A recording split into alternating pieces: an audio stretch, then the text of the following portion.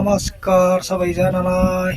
Weather पनि दामी छ आज फेरि म त्यहाँ जाँदैछु क्या, मेरेनकोटे बेट्टा त्यो जग्गाको नाम। त्यहाँ पुगेर म फेरि कन्टिन्यू गर्छु भिडियो।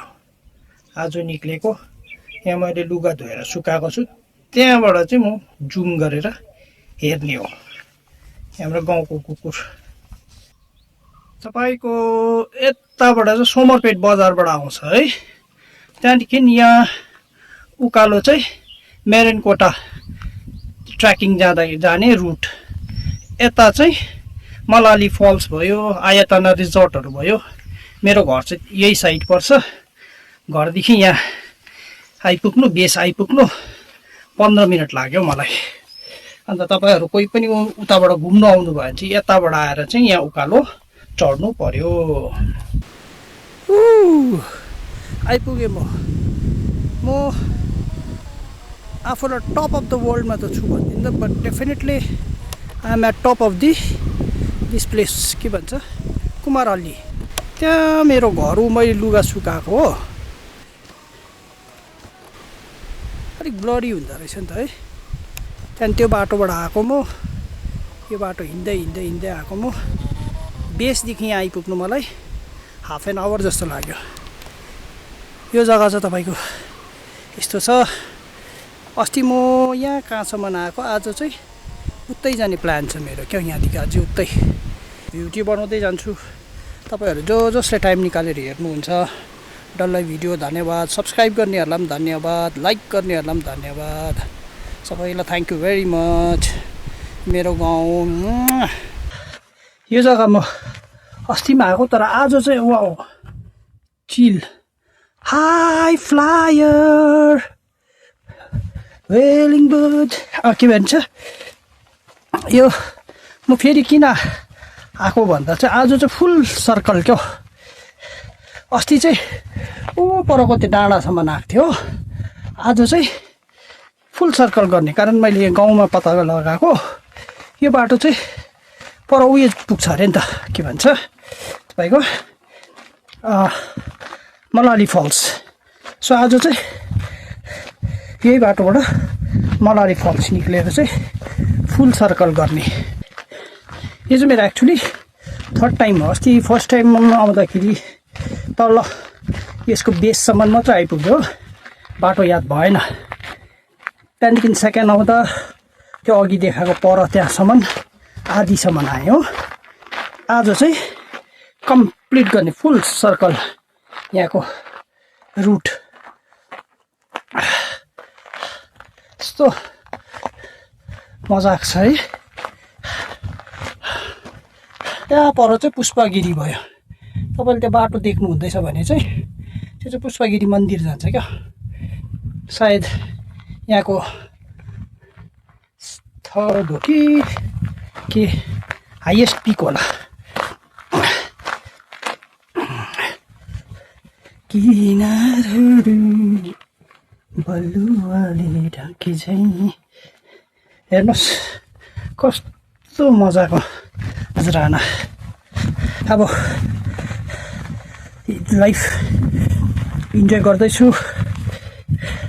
15 तारिक बाद के हुने हो, हामी अब म भनौँ कन्ट्र्याक्टमा काम गर्नेहरू 15 देखि चाहिँ हाम्रो कन्ट्र्याक्ट, मेरो कन्ट्र्याक्ट खतम हुन्छ। सो आई डोन्ट नो के हुन्छ, केही छैन। ईश्वरले सबै मिलाइदिइहाल्नुहुन्छ भन्ने आशा छ। नभए अब ईश्वरको अर्कै प्लान छ भने चाहिँ सायद योहरू चाहिँ मेरो लास्ट टुर होला। अब यो जग्गाको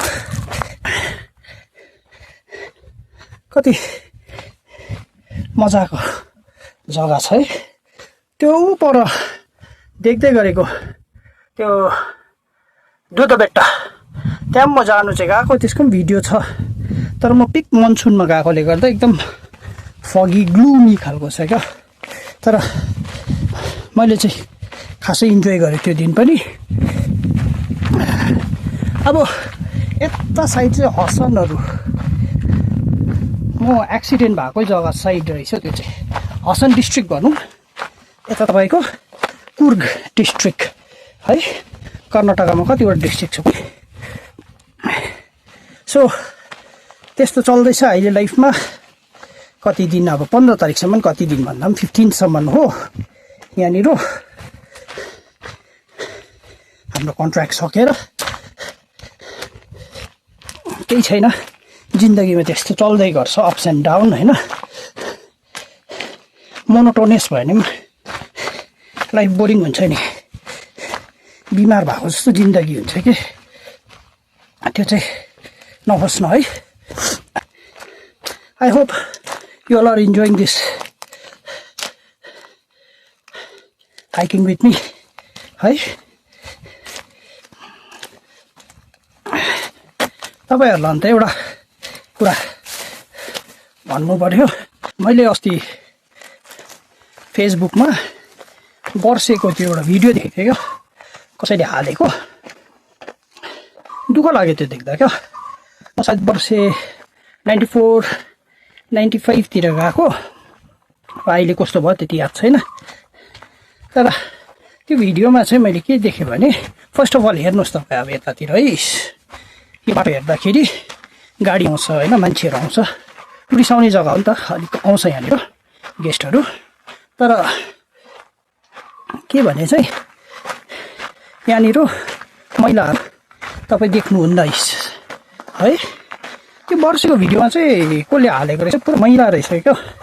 त्यो देख्दा चाहिँ अब क्या जतातता मैला फ्याँकेको, प्लास्टिकहरू, गार्बेज होइन, त्यो देख्दा चाहिँ मलाई एकदम दुःख लाग्यो क्या। के छ भने चाहिँ त्यो यहाँको एउटा कन्सेप्ट है, सिक्किमको त्यो ट्रेकिङ गर्ने, हाइकिङ गर्ने जग्गाहरूतिर होइन एप्लाई गऱ्यो भने राम्रो हुन्थ्यो जस्तो लाग्छ क्या मलाई।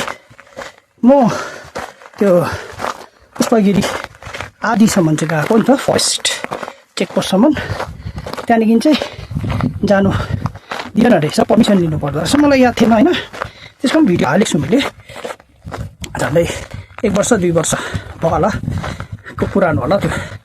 अनि चाहिँ मैले याद पाएको, यिनीहरूले चाहिँ के गर्दो रहेछ भने पर पर्सन 1000 रुपिस काट्दो रहेछ है तपाईँको चेकपोस्टमै। अब पर पर्सन 1000 काट्यो र तपाईँको ब्यागमा के छ हेर्दा रहेछ, बोतल भयो, चिप्सको प्याकेटहरू के छ त्यो सबै एन्ट्री गरेर राख्दो रहेछ रेजिस्टरमा।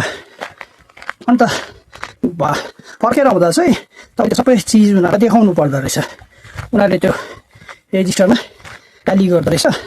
सामान सब मिल्यो भने चाहिँ 1000 रुपिस रिफन्ड गरिदिँदो रहेछ क्या, नत्र भने चाहिँ पैसा काट्यो। इभन सिगरेटको खोलहरू धरि पनि देख्दैन रहेछ नि, अब कारण एलाउै गर्दैन रहेछ के लानु। अन्त त्यो कुरा चाहिँ मलाई एकदमै मन परेको क्या यहाँनिर। ओ यहाँ एउटा प्लास्टिक देखेँ मैले, म उठाइदिउँ न है, मेरो सानो कन्ट्रिब्युसन। म जानुपर्ने चाहिँ यसको मुनि हो, नपत्याउने जग्गामा बाँस रहेछ। यहाँ बाँस पनि हुँदो रहेछ, मैले अहिलेसम्म बाँस त देखेको थिइनँ। यहाँनिर चाहिँ तपाईँको बाटो सक्दा रहेछ, त्यहाँदेखि चाहिँ यस्तो सानो बाटो रहेछ, चोर बाटो। मलाई सायद अब बाटो खोज्नु पर्ने रहेछ उयो जानु भने चाहिँ, मलाली फल्स झर्नुमा चाहिँ ऊ त्यो तल मलाली फल्स हो त्यहाँनिर चाहिँ है। यता साइडमा चाहिँ त्यति रुखपात छैन है, यो एजदेखि ठिकै यता पल्टेपछि फेरि झारपातहरू छ है। म चाहिँ अहिले बिचमा हिँड्दै रहेछु, टपमा एजमा क्या। अगाडि अगाडि अगाडि आउँदा त म त अर्कै गाउँ पो निक्लिनु हटेछु। त्यो यो कुन चाहिँ जग्गा हो, डिस्ट्रिक्ट हसन हो त्यति त मलाई याद छ हो, तर कता हो यो? यहाँबाट उँधो उँधो जाउँ भनेर यस्तो सोचेको थिएँ कि, तर टाइम चाहिँ 3 साढे 3 भएछ क्या, 3 बजेछ कि। भरै है गाडीहरू नपाउला के गरौँ भयो कि होस् फर्किन्छु म अब त्यो मलाली फल्सको बाटो खोज्छु तर दामी जग्गा आइपुगेँ म सायद कुनै दिन बिहानै निक्ल्यो भने चाहिँ यो बाटो सायद म हिँड्नु सक्छु होला यसो ओह्रालो गएर त्यो तल देख्दै गरेको बाटोहरूबाट है काहीँ गाडी लिफ्ट पाउँछ नि कता जान्छ के हो होइन पहिला पत्ता लगाउँछु म यो बाटो आएको है अघि यहाँनिर उकालो गएको यहाँ माथिदेखि बाटो सकेको तर यो बिचमा चाहिँ यहाँनिर तारको दाग रहेछ कि यो बाटो फलो गरेर चाहिँ म उँधो लाग्नु भयो पुरै ल्यान्ड रोभर हिँड्ने बाटो रहेछ नि त गाडी त हिँडेको रहेछ यहाँ कुन चाहिँ गाडी हिँडेको हेर्नु त ए सन्तपु त म अहिलेसम्म गएको छुइनँ तर त्यहाँ पनि यस्तो होला नि बाटो होइन यो त खतरा रहेछ नि त अन्त अफ रोडिङ गर्नेहरूलाई त हेभन रहेछ त हेभन है म हाइकिङ गर्नेलाई पनि हेभनै हो ऊ कुनै के त्यहाँ ऊ खन्दैछ त्यसले के हो त्यसो कता हो छ्या यस्तो रड्डी भयो नि भिडियो निकाल्नु पाइनँ नि मैले त्यसको पर्मेटमा पनि थियो मैले यहाँ आज देखेँ म यस्तो यो डाँडामाथिबाट आएको ओह्रालो भएर अब उँधो लाग्दैछु मैले चाहिँ खोला कराएको चाहिँ सुन्नु पऱ्यो तल त्यो त्यहाँ झर्नाको खोला कराएको सुन्यो भने चाहिँ म छेउछेउमै छु है अघि म उच्च पहाडमा थिएँ टुप्पामा अहिले डेन्स जङ्गलभित्र पसिका आएँ है ट्याङ्की बनाएर पानी तानेको रहेछ भनेपछि म कुनै 4 घन्टाको बाटो हिँड्दाखेरि चाहिँ म फाइनली कुनै एउटा रोड आइपुगेछु देख्दैछु 8 to 4 hours मलाई टल्लै घुम्नु र रोड आइपुगेँ म अब कहाँको हो कता हो पत्ता लगाउँछु ल आजको हाइकिङ मेरो यति नै हो थ्याङ्क यू सबैजनालाई सब्सक्राइबर्सहरूलाई हेरिदिनु भएकोहरूलाई धन्यवाद म यो बाटो पहिला आएकोले गर्दा चाहिँ चिनेको यहाँ मैले खाजा खाएको हो कम्प्लिट राउन्ड भयो तर दोकान खुल्लै रहेछ नि चिया खान्छु म तर गुगल पे पो गर्छ हुन्छ कि हुँदैन पहिला एकजना माझी थियो बुढी